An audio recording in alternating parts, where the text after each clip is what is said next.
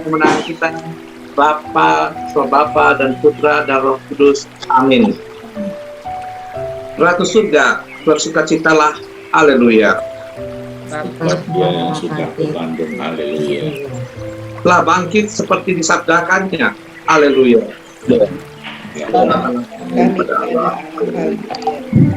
Bersukacitalah dan bergembiralah Tuhan Maria. Haleluya. Sebab Tuhan telah bangkit. Haleluya. Marilah berdoa. Ya Allah, Engkau telah mengembirakan kami dengan kebangkitan Putramu, Tuhan kami Yesus Kristus. Kami mohon, bernakalah kami bersukacita dalam kehidupan kekal bersama Bundanya, Tuhan Maria, demi Kristus penggembala kami. Amin. Bapa Tuhan Yesus, terima kasih atas istirahat yang telah kami terima tadi malam dan pagi hari ini, dan kecerahan dan berkati kami, bimbing kami supaya kami dapat mengikuti kebersamaan kami dengan Romo Gunawan di dalam memperdalam iman, mempelajari perjalanan Paulus yang terakhir, dan bantu kami lengkapi dengan teknologi internet yang stabil supaya kami menjadi lancar dalam pagi-pagi hari ini. Untuk itu berkatilah, rahmati Romo kami, Romo Gunawan, sehingga apapun yang keluar dari pemikiran, hati, dan perkataannya merupakan perkataan dari Tuhan Yang Maha Kuasa. Untuk itu kita berdoakan Romo untuk memulai acara kita. Terima kasih atas nama Bapa dan Putra dan Roh Kudus. Amin. Selamat pagi semuanya. Selamat pagi Romo. Kita sudah sampai babak terakhir perjalanan Santo Paulus yang sangat panjang, dan akhir-akhir hidupnya bisa kita lihat sering ada yang mengatakan kisah sengsara dari Santo Paulus. Namun kalau kita melihat dari perjalanan pertama sampai akhir perjalanan ketiga ini, kita melihat bahwa tiada hari tanpa tantangan, tanpa cobaan, tanpa penderitaan rasa-rasanya. Tetapi Paulus yang luar biasa ini sangat tegar hati dan tidak pernah menyerah, tidak pernah merasakan harus berhenti dalam pelayanan. Meskipun dipukul, meskipun mau dibunuh, tetapi pelayanan itu justru semakin berkobar dalam diri Paulus. Dalam perjalanan pertama, kedua, dan ketiga kita melihat hampir setiap kota yang dikunjungi selalu ada penolakan dari orang-orang Yahudi maupun orang-orang Yunani.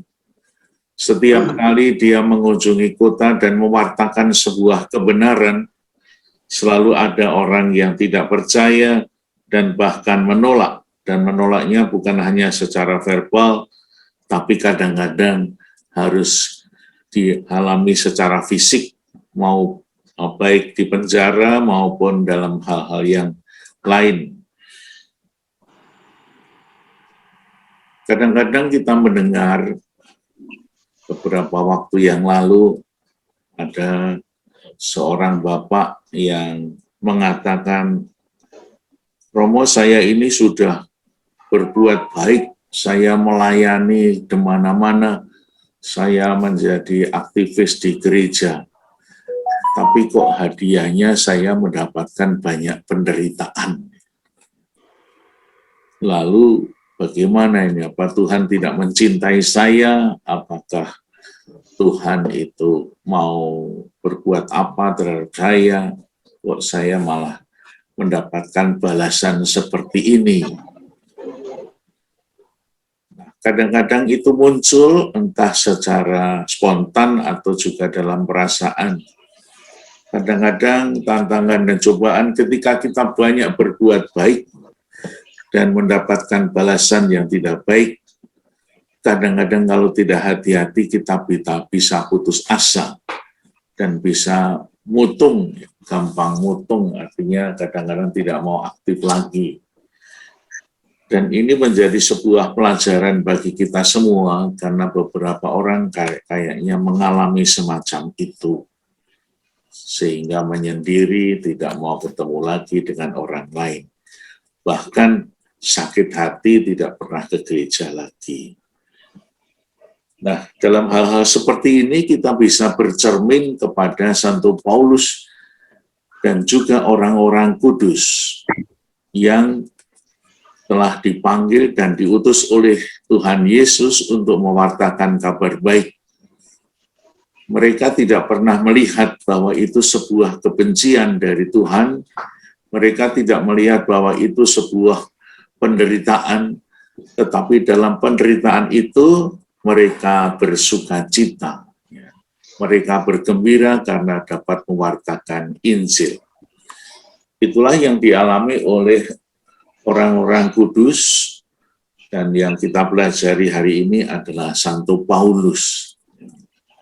Memang Paulus juga pernah mengalami frustrasi, bukan hanya 1-2 kali. Mungkin kalau kita melihat dari pertama saja, niat baik yang dibuat oleh Paulus ketika dia bertobat, baru bertobat mau ketemu saudara-saudaranya yang sama-sama Kristiani, itu saja ditolak karena mereka belum percaya bahwa Paulus mempunyai niat baik untuk mewartakan Kristus dan bahwa dia sudah beralih dari orang Farisi menjadi orang Kristiani. Beberapa orang juga kadang-kadang mengungkapkan, Romo, sejak saya menjadi Katolik dibaptis, kok malah banyak cobaannya ya, banyak tantangannya ya. Nah, itulah yang kadang-kadang dialami oleh beberapa orang tertentu yang kadang-kadang kalau tidak hati-hati bisa putus asa dan tidak bergairah lagi untuk melayani Tuhan. Dalam hal ini kita mau belajar dari Santo Paulus yang tidak pernah kenal lelah. Maka tantangan, cobaan, dan penderitaan tidak identik dengan apa ya? Dengan balasan dari Tuhan. Mungkin Tuhan tidak mencintai semacam itu. Tetapi tantangan penderitaan mungkin berupa sebuah tempaan dari Tuhan. Kita seringkali harus ditempa. Dan kalau kita membaca Injil Yohanes dan membaca surat Matius, juga apa yang dibuat oleh orang-orang Kristiani atau pewartaan Injil itu menjadi sarana pemurnian, ujian bagi setiap orang agar imannya tidak goyah tetapi semakin kuat. Maka orang-orang yang semacam itu akhirnya diangkat menjadi orang-orang kudus, orang-orang suci yang menjadi panutan dan teladan. Dan rasa-rasanya para santo santa itu juga tidak pernah mengalami tanpa tantangan, tanpa cobaan, tanpa penderitaan. Dan itulah yang juga menjadi kekuatan gereja. Kalau kita melihat abad-abad pertama dari gereja, itu praktis penganiayaan kepada umat Kristiani itu luar biasa. Apalagi orang-orang yang di Roma, itu umat Kristiani praktis dianiaya oleh kekaisaran Roma yang silih berganti kejam karena mereka menganggap dirinya sebagai orang yang hebat, menjadi orang yang terhormat, menjadi dewa dari sebuah keyakinan Yunani. Namun justru ketabahan hati dan kesetiaan mereka menjadi inspirasi kuat bagi kita, sehingga kita tidak mudah untuk mengeluh, tidak mudah untuk menyerah kalau ada cobaan dan tantangan. Maka kesimpulannya apa? Ketika cobaan dan tantangan penderitaan itu ada dalam diri kita, kita bisa bersyukur kepada Tuhan karena ikut ambil bagian di dalam salib Yesus. Nah, ngomong memang tidak mudah ya, tetapi kalau mengalami seringkali tidak. mudah juga. Nah, dengan kesimpulannya apa? Antara penderitaan dan kesalahan atau dosa itu tidak ada hubungannya sama sekali, seperti yang sering diceritakan oleh Yesus. Nah, kalau itu identik, lalu dosanya Paulus apa? Apalagi kalau kita ke ataskan lagi. Yesus kurang apa berbuat baik kepada dunia, kepada manusia? Toh dia harus menerima salib itu. Berarti justru memanggul salib menjadi sebuah tanda iman. Nah, kalau Paulus juga boleh dikatakan identik dengan Tuhan Yesus di dalam memanggul salib. Kisah sengsara Paulus itu dimulai ketika dia meninggalkan Efesus, Miletus menuju ke Yerusalem. Dan sudah saat itulah rasa-rasanya selesai hidup Paulus dalam pewartaannya. Meskipun di Roma, nanti kita ceritakan, masih ada kesempatan Paulus untuk mewartakan Injil di Roma. Ya. Di Roma bertemu dengan teman-temannya dan kesempatan dia mewartakan Kristus. Meskipun akhirnya dihukum mati di dalam sebuah tempat, tidak jauh dari tempat makamnya Paulus. Nah, kita lihat dalam peta perjalanan dari Efesus menuju ke Yerusalem itu lewat kemana? Dari perjalanan yang ketiga. Agak rumit, mungkin tidak terlalu jelas, tetapi bisa kita lihat. Dari Kisah Rasul bab 21 diceritakan di sana, sesudah perpisahan yang berat. Jadi kita lihat kemarin perpisahan dengan umat Efesus di Miletus itu sangat mengharukan. Dulu pertama kali saya membaca Kisah Rasul, itu sempat meneteskan air mata, karena kata-katanya itu begitu indah dan menyentuh hati, karena sebuah perpisahan itu berat, ya. Perpisahan itu memang berat. Ya. Dengan siapapun juga perpisahan itu berat. Perpisahan dengan Tuhan Yesus di dalam peristiwa kenaikan Yesus bagi para murid juga berat sekali. Tetapi Yesus mengatakan, lebih baik kalau saya pergi supaya kamu menjadi dewasa. Maka kalau Bapak Ibu pernah merasakan menjadi pengantin, hidup berumah tangga, berpisah dengan orang tua, itu juga berat. Tetapi memang harus berpisah. Supaya apa? Supaya kita menjadi dewasa, menjadi mandiri dan matang. Kalau Yesus tidak pergi, naik ke surga, mungkin para murid masih bermanja-manja, masih tergantung selalu kepada Tuhan Yesus. Tetapi karena Yesus pergi dan mengutus Roh Kudus, gereja mulai hidup dan mulai lahir dan tumbuh sampai ke seluruh dunia. Itulah Paulus yang juga mengalami perpisahan yang berat, karena diceritakan Paulus cukup lama tinggal di Efesus. Diceritakan kurang lebih 3 tahun, sehingga sempat menulis surat-surat yang cukup panjang. Salah satu surat yang ditulis di Efesus kemungkinan besar adalah surat kepada umat di Roma. Meskipun Paulus belum pernah ke Roma, tetapi dia sudah menulis surat kepada orang-orang Roma. Jadi dari mana Paulus tahu bahwa di Roma sudah ada orang Kristiani yang tumbuh dan berkembang di sana? Pasti ada kontak yang luar biasa. Ketika Paulus dan Barnabas serta Petrus ketemu di Yerusalem dan juga mengutus Barnabas untuk mendirikan jemaat di Antiokhia, dan Antiokhia menjadi misi pertama, mereka pasti selalu berkontak satu sama lain. Dan Paulus pergi ke daerah Asia Asia depan, Petrus itu pergi ke Roma untuk mewartakan Injil. Maka Markus ikut ke sana, meninggal. Ibu Regina nggak ikut waktu itu. Markus ke Roma menjadi sekretarisnya Petrus, sehingga Markus bisa menulis Injil yang pertama dari kisah-kisah yang diceritakan oleh Petrus di Roma. Nah, kita kembali bagaimana Paulus perjalanannya dari Efesus sesudah perpisahan yang berat, yang mengharukan itu, bertolaklah kami.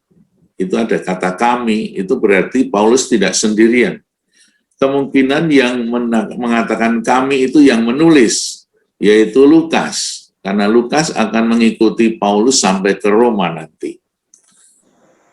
Kemungkinan ada teman yang lain lagi. Dan langsung berlayar menuju Kos. Itu ada tulisan Kos di bawahnya Miletus itu ya. Kelihatan ya. Kos, lalu keesokan harinya sampailah kami di Rodos. Di bawahnya ada Rodos, naik kapal itu ya. Turun dari Miletus ke Kos, kemudian menuju ke Rodos. Dari Rodos, dari situ ke Patara, kita lihat Patara di sebelahnya. Dan sebelah Rodos ke kanan, dan kemudian sampai ke Pulau Siprus di sebelah kirinya. Di Patara kami mendapatkan kapal yang hendak menyeberang ke Venesia. Jadi kita lihat Venesia ada di sana. Kami naik kapal itu lalu bertolak. Kemudian tampak Siprus di sebelah kiri. Jadi ini Pulau Siprus yang waktu itu pertama kali dalam misi pertama Paulus dari Antioquia menuju ke Salamis dan di Pulau Siprus ke Pafos ketemu dengan orang-orang di situ sebelum Paulus pergi ke Pamfilia yang pertama. Akhirnya tibalah kami di Tirus. Kita ingat pada zaman Yesus, itu Tirus, Sidon itu menjadi terkenal.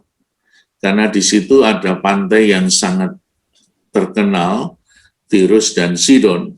Dan kota Tirus dan Sidon itu menjadi pelabuhan yang cukup terkenal, cukup menjadi pelabuhan yang banyak disinggahi oleh kapal-kapal. Itu pinggiran Laut Tengah. Bagi orang-orang Yahudi, Tirus dan Sidon itu bukan wilayah Israel, tapi wilayah orang-orang bukan Israel. Kemungkinan sudah ada pengaruh dari Yunani. Sehingga perbatasan Israel itu Tirus dan Sidon, lebih ke selatan sedikit, itu sudah menjadi wilayah Israel yang disebut wilayah Galilea. Tuhan Yesus pernah pergi ke Tirus dan Sidon di situ. Berarti Yesus pergi ke luar negeri. Kita ingat dalam Injil Matius 15 ayat 21 sampai 28, Yesus bertemu dengan seorang ibu yang anaknya kerasukan setan. Kita masih ingat itu bagaimana orang Yahudi yang kemudian boleh dikatakan Matius menempatkan pandangan Yahudi itu di depan, di mulut Yesus. Bahwa orang-orang yang berasal dari Tirus yang bukan Yahudi itu dipandang sebagai binatang oleh orang Yahudi, kafir, anjing. Jadi ibu itu dikatakan anjing. Ya. Aku datang untuk orang-orang Israel saja. Lalu tidak patut roti yang disediakan bagi anak-anak itu adalah orang-orang Israel. Kok diberikan kepada anjing, orang kafir seperti kamu, ibu? Tapi ibu itu begitu rendah hati dan beriman luar biasa. Dia tidak sakit hati ketika dikatakan anjing. Kalau dia mengatakan anjing-anjing pun makan dari remah-remah yang jatuh dari meja tuannya. Itu terjadi di Tirus, di sekitar Tirus Sidon. Jadi tempat orang-orang yang dianggap kafir oleh orang-orang Yahudi. Maka simbol kafir itu adalah anjing. Ya. Maka kita ini dikatakan kafir sama dengan anjing. Maka seringkali makan daging anjing kali. Nah, itulah yang terjadi di Tirus dan Sidon.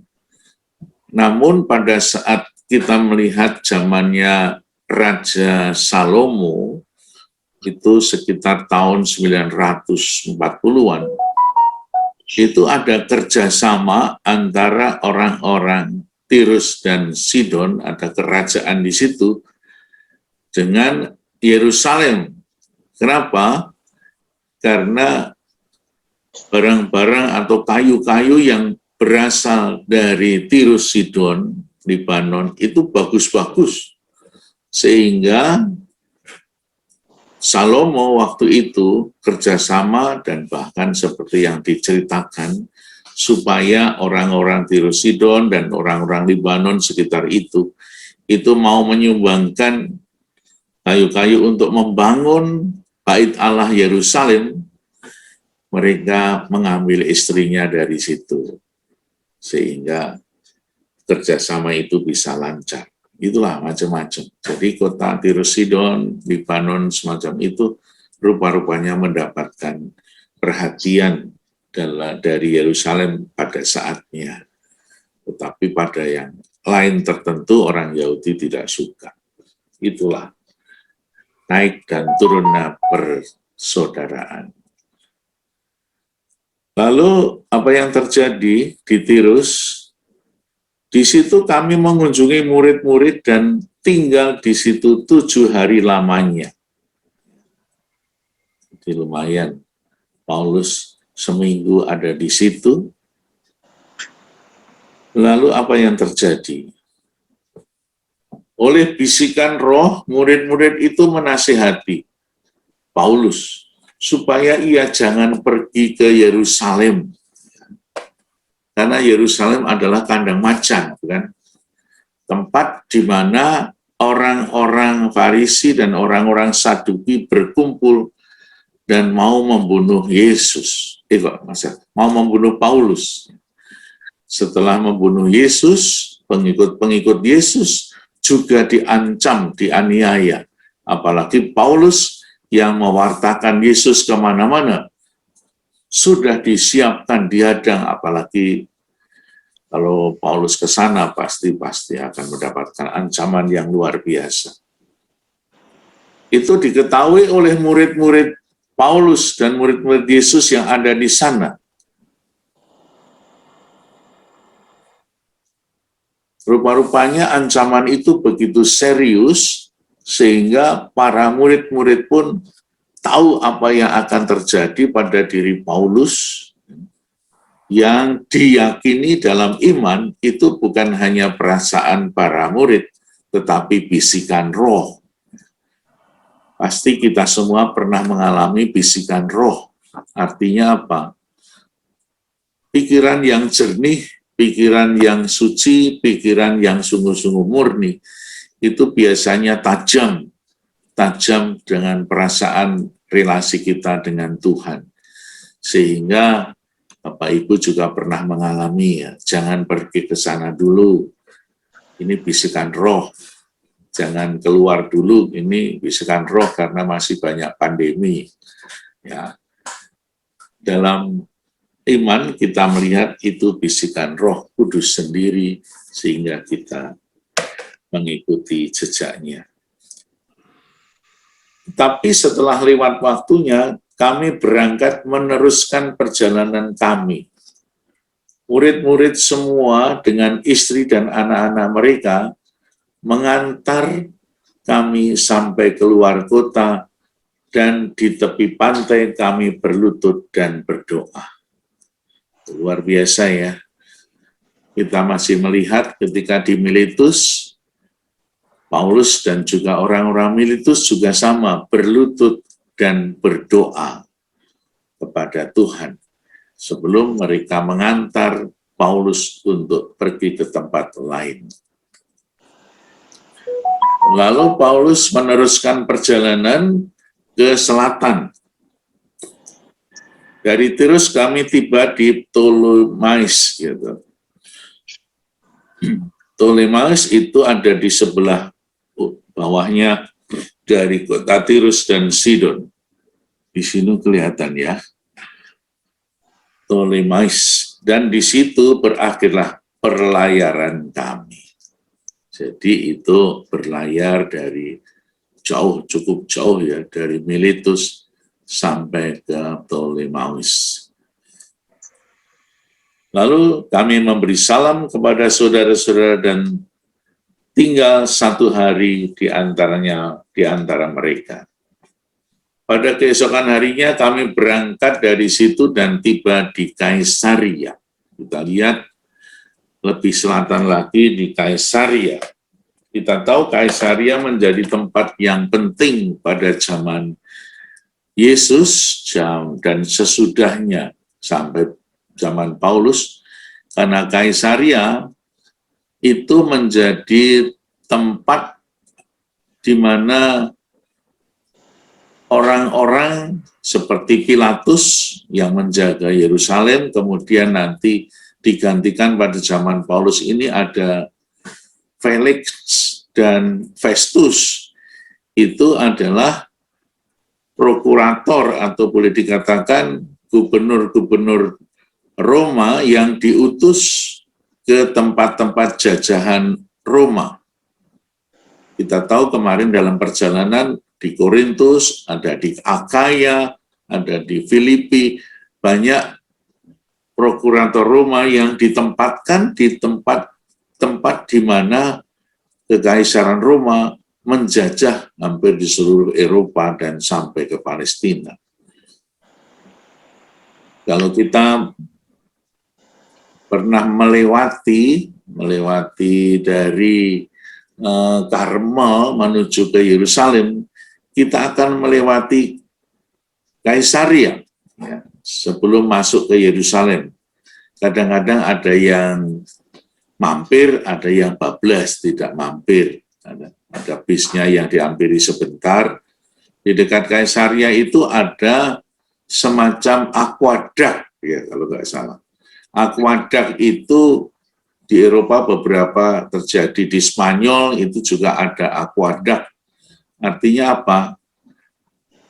Pada saat itu pemerintahan Kaisar Roma membuat sebuah saluran air dari Gunung Karmel yang begitu banyak airnya dibawa ke selatan yang agak kering. Itu gambarnya aqueduct itu kayak saluran air yang begitu indah, pelengkung-pelengkung di dekat pantai.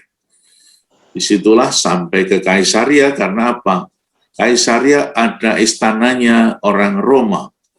Ketika Pilatus dan juga Festus, Felix, itu tidak ada pekerjaan di Yerusalem, biasanya mereka beristirahat di istana di situ. Di Kaisaria itu juga ada semacam amphitheater itu, semacam kayak stadion yang sering dipakai untuk pertunjukan yang dihadiri oleh Kekaisaran Roma atau orang-orang yang ada di Yerusalem atau yang di Kaisaria yang beristirahat di sana. Lalu ada banyak pertunjukan seperti stadion itu. Itulah istana-istana kayak resort itu ya. Ada di pinggiran Laut Tengah yang indah sekali. Kalau kita pernah melewati di Netanya atau di Gunung Karmel, itu ada sebuah tempat ya, di mana ada agama Baha'i itu indah sekali, bukan? Melihat dari atas tuh pantainya luar biasa indahnya. Maka tidak heran kalau Yerusalem sejak dulu itu menjadi rebutan bagi banyak bangsa dan kekaisaran. Perjalanan dari utara dan selatan itu disebut apa? Disebut Via Maris. Ya, Via Maris, Via itu jalan, Maris itu laut. Jadi ada jalan laut dari utara sampai selatan. Maka sekitar Yerusalem ke selatan sampai ke Kafarnaum, sampai ke utara itu sangat ramai dan menjadi tempat di mana para pedagang, para turis berlalu lalang di sana untuk menikmati alam yang indah. Sehingga banyak tulisan-tulisan tentang Via Maris itu, bahkan kalau kita ke Kafarnaum, itu masih melihat salah satu patok itu apa ya? Salah satu tugu kecil yang seringkali kita lihat di Indonesia juga. Misalnya ke Jogja berapa kilometer itu ada patoknya, dari Jakarta berapa kilometer ada. Dan di situ masih kelihatan bekas abad-abad sebelum Yesus. Di situ ada patok. Berarti sejak sebelum zaman Yesus itu sudah ramai perjalanan. Nah, ketika Yesus disalib di Yerusalem, itu pas hari Paskah. Dan pada hari Paskah itulah banyak orang yang berziarah ke Yerusalem untuk merayakan Paskah orang Yahudi. Sehingga Pilatus bersama dengan tentaranya itu selalu berjaga di Yerusalem. Maka pada saat-saat tertentu, Pilatus dan juga Festus, Felix, dan yang lain-lainnya, itu selalu tinggalnya di Kaisaria. Tetapi pada saat-saat tertentu harus ke Yerusalem untuk menjaga keamanan. Oleh karena itu pada saat Yesus disalib, itu banyak tentara yang ada di Yerusalem karena apa? Menjaga keamanan. Karena pada hari Paskah itu semua orang yang mempunyai kaitannya dengan Bait Allah, mempunyai ikatan batin dengan Yerusalem, dengan sejarah Israel, itu pada berziarah ke Yerusalem. Maka kalau kita melihat sejarah atau melihat Injil Matius, di sana ada orang-orang yang ikut mengolok-olok Yesus meskipun mereka hanya berlalu lewat begitu saja. Nah, itulah keramaian pada hari Paskah sehingga Pilatus tidak di Kaisaria tetapi harus menjaga keamanan yang ada di Yerusalem. Sehingga ketika Yesus ditangkap di Yerusalem, Pilatus pas ada di sana karena orang-orang yang berkaitan dengan agama Yahudi pada kumpul di Yerusalem, sehingga seringkali terjadi bentrok-bentrok kecil yang harus dijaga karena ini tanggung jawab dari Kekaisaran Roma untuk menjaga keamanan. Kita melihat peristiwa-peristiwa yang dahulu sebelum Paulus ke Yerusalem ke Kaisaria ini, juga banyak tentara-tentara Roma yang berjaga kalau ada kerusuhan. Ya. Tetapi beberapa kali terjadi, bukan? Ketika mereka menghadapi kerusuhan, lalu orang-orang tentara Roma tanya, ini masalahnya apa? Kalau masalah keamanan ditangkap oleh tentara Roma, tetapi karena masalahnya itu masalah agama, maka mereka tidak mau ikut campur tangan. Itulah yang terjadi tentang Kaisaria, dan maka nanti Paulus itu dipenjara di Kaisaria. Karena apa? Karena dekat istananya orang Roma. Istananya Kaisar Felix waktu itu, kemudian nanti digantikan Festus. Nah, itulah yang terjadi ketika Paulus sampai di Kaisaria, tetapi belum ditangkap, baru nanti setelah dia pergi ke Yerusalem, Paulus baru ditangkap dan kemudian dipenjarakan di Kaisaria. Itulah sekilas dari perjalanan Paulus sebelum dia pergi ke Yerusalem. Ya, moga-moga ini menjadi tambahan pengetahuan tentang Kaisaria. Terima kasih. Terima kasih Romo. Terima kasih Romo. Lagi Romo. Iya, Bu Aning, silakan Bu Aning. Tadi kan Romo bilang salib Santo Paulus itu identik dengan salib Tuhan Yesus. Tapi dalam hal dosa, itu kan Paulus itu menganiaya murid-murid Yesus kan. Didekatkan sedikit. Ini Romo, tadi kan Romo bilang bahwa salibnya Santo Paulus itu identik dengan salibnya Tuhan Yesus. Tapi dalam hal dosa kan jauh sekali kan Romo. Yang dosa Paulus itu sebelum jadi murid-murid Yesus kan penganiaya berat murid-murid Yesus. Ya nggak? Gimana pendapat Romo? Romo dengar? Jadi Paulus itu penganiaya umat Kristiani gitu ya. Iya. Maksudnya perbandingan dengan Yesus. Salib, maksudnya salib Tuhan Yesus enggak identik lah kalau saya bilang ini ya, maksudnya salibnya sih identik tapi dosanya enggak identik. Ya. Kan manusia lama. Jadi Paulus barunya udah berubah. Dari manusia lama, orang-orang Yahudi, lalu ditangkap, dicungkir balikan oleh Tuhan Yesus. Jadi Paulus juga ditebus oleh Yesus, ya. Bukan Paulus penebus dosa orang, tetapi Paulus karena beriman kepada Kristus, maka dia juga termasuk orang yang ditebus. Maka sebagai tanda iman dan syukurnya, maka Paulus sudah mau dan rela mati untuk menampilkan iman Paulus sendiri. Kira-kira gitu, Bu. Romo, sehubungan dengan pertanyaan Bu Aning barusan, Bu Aning kan bertanya bahwa dosa yang Paulus itu kan yang waktu ngejar-ngejar pengikut Kristusnya. Pertanyaan saya, waktu itu kan pemahaman Paulus itu kan masih pemahaman Yahudi. Nah, setelah dia mendapat penampakan, kan baru dia kan disadarkan oleh Yesus sendiri. Nah, pertanyaan saya, apakah Paulus itu juga berdosa? Karena pada waktu itu tuh dia kan tidak tahu, Mo. Jadi seperti tadi Bu Siska bilang, dia itu masih manusia lama gitu, Mo. Gimana, Mo? Ya, nanti kita tanya Tuhan Yesus kalau ketemu, bisa. Sudah dihapus semua dosa. Sudah dihapus ya, Mas. Ya, sudah dilupakan. Iya. Kan udah ditebus sama Tuhan Yesus. Itu dia. Ya. Melalui darah Kristus, semua manusia diselamatkan. Ya kan? Termasuk Yudas pun. Ya. Yesus mati juga untuk Yudas. Ya. Maka kita pun juga bersukacita karena Yesus mencintai kita sehabis-habisnya.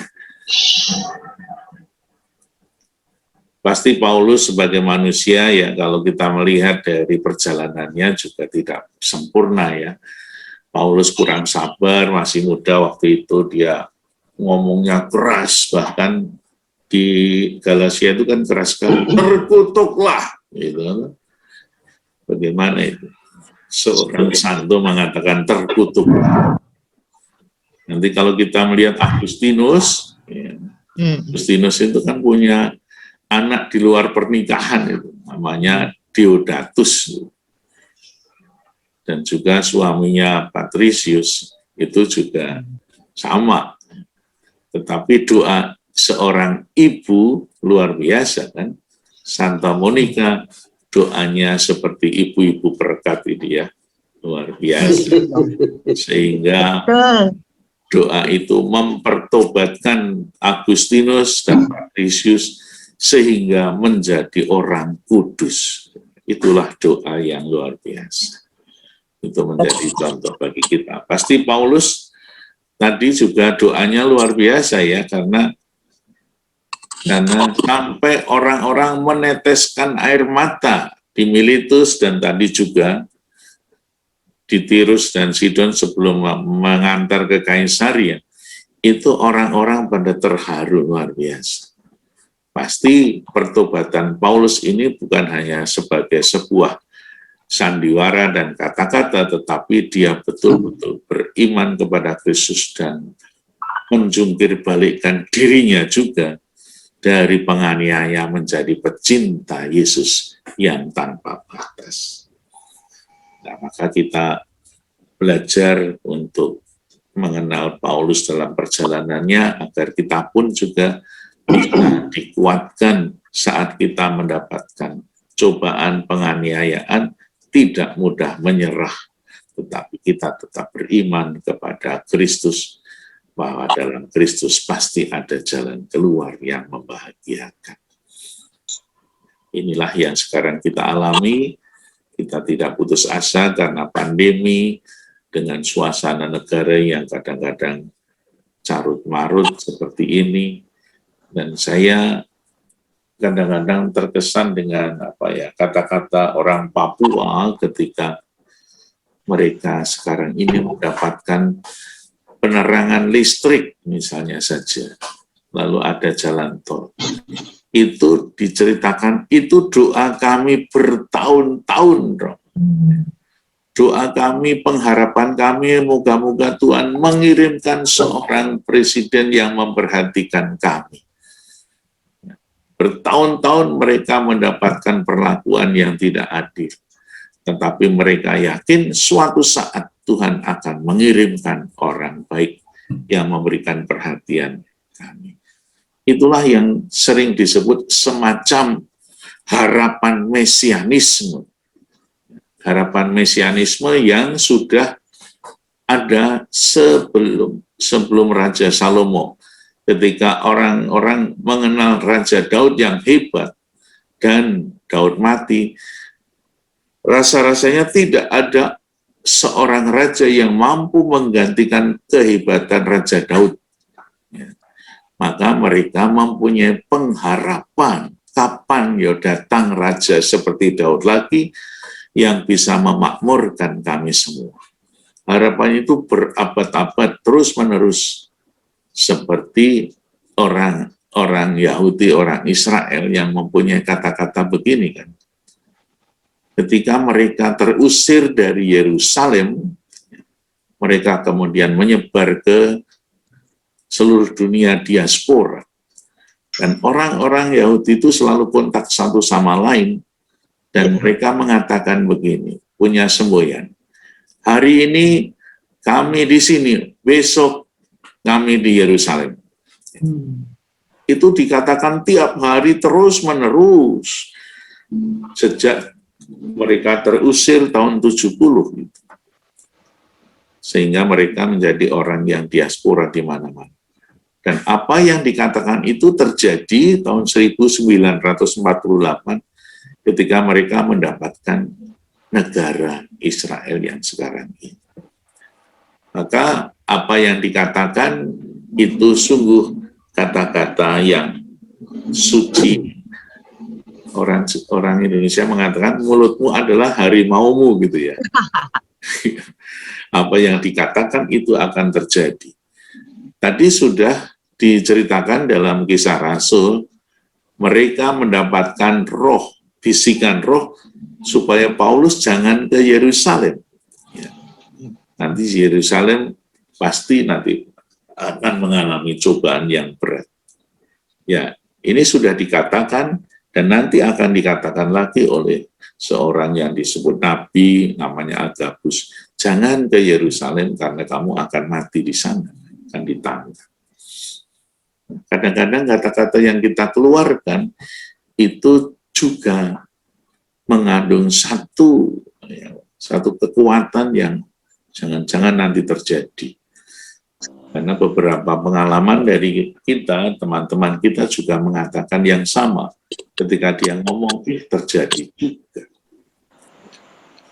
Dan saya ingat Monsieur Leo Sukoto, itu juga pernah misa khotbah saya dan beberapa teman saya, ini makdek di dalam hati ketika Monsieur Leo Sukoto khotbah tahun 92. Akhirnya habis itu sakit, langsung berat sekali sakitnya, tidak lama meninggal.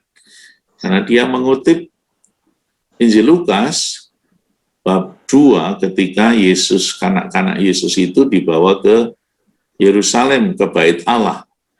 Lalu Simeon dan Hana mengatakan, Tuhan perkenankanlah saya berpulang hari ini boleh, rela, karena aku telah melihat keselamatan, melihat Tuhan Yesus. Itu dikutip oleh Leo Sukoto setelah sinode pertama Jakarta. Dia merasa puas sekali, merasa senang. Tuhan, kalau saya mau mati pun boleh, karena telah melihat hasil sinode. Itu terjemahannya bebas. Dan sesudah itu Monsignor itu sakit. Maka hati-hati kalau kita berbicara kali ya. Nah, itulah yang terjadi juga ada di dalam Kisah Rasul yang sudah dikatakan penuh dengan roh, lalu orang berkata demikian. Monggo. Oke. Romo mau tanya, Ya, Romo. Romo, saya mau tanya Romo. Saya tanya Bu ya. Wah, berebut. Ya, Ya, rebutan enggak apa-apa deh, Pak. Tadi dulu. Oke, kalau melihat perjalanan Paulus dalam pelayanan tadi, itu mengcover kota-kota yang cukup sangat strategis begitu ya.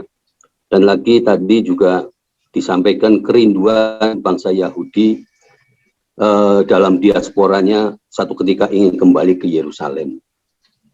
Tapi kalau melihat data statistik yang kemarin kebetulan saya dengar melalui YouTube juga, itu Yahudi yang Kristen dibandingkan dengan populasi Yahudinya yang saat ini ada di Yerusalem, itu hanya 3,2%.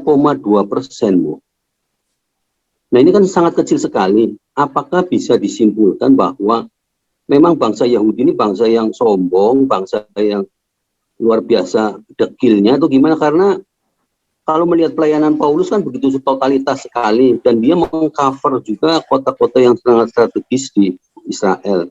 Tetapi hasil konkretnya tadi hanya 3,2% dari populasi yang ada di Israel, Yahudi yang ada di Israel. Pendapat kamu bagaimana nih, Ya memang Pak, kalau kita pergi ke Israel sekarang ini kan orang-orang Yahudi yang masuk Kristen itu hanya 3%. Ya, sedikit sekali memang di sana.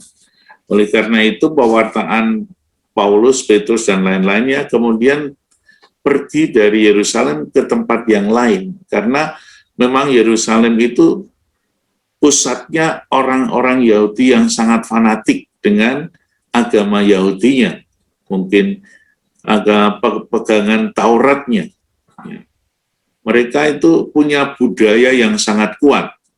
Mungkin kalau kita bisa melihat, bandingkan di negara kita, orang yang sudah punya budaya kuat, entah budaya Jawa, entah budaya Batak, budaya Flores, itu tidak mudah untuk melepaskan budaya itu.